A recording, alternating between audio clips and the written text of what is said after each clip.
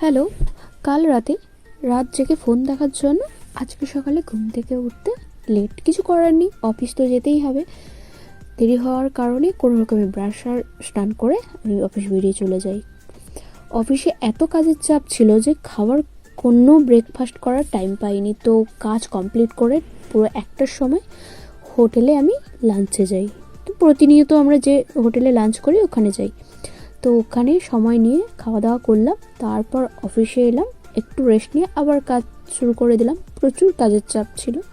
তো কাজ কমপ্লিট করে যখন 5টায় অফিস ছুটি হয় তখন আবার জোর আমার খিদে পেয়ে গেছে। তো তখন খাওয়ার জন্য আমি একটা রেস্টুরেন্টে যাই। ওখানে আপাতত আধ ঘন্টা বসেছিলাম, তাও কোনো খাবার পাইনি, এতটাই ভিড় ছিল। তারপরে আমি চলে আসি, ওখান থেকে বেরিয়ে চলে আসি, এই দোকানটায় আসি। এইখানে দুজন বসেছিল ওয়েটিং লিস্টে, তারা খাবার পার্সেল করে বাড়ি নিয়ে যাবে।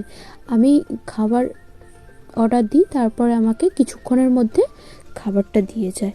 তো এখান থেকে এটাই বোঝা যায় যে বড় বড় রেস্টুরেন্ট মানে যে ওখানে সবসময় পরিষেবা ভালো থাকতে হবে এটা কিন্তু নয়।